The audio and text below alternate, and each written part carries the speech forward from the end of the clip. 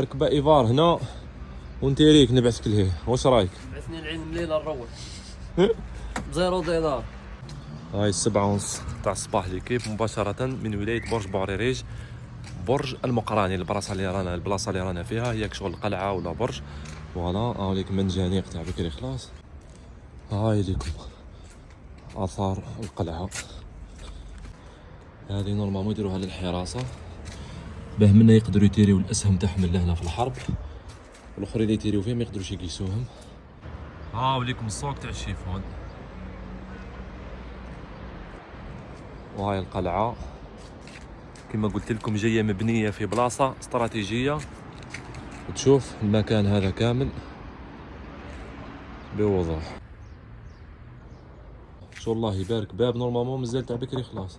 حل ايفان نروحو نخرجوا من القلعه. الله يبارك.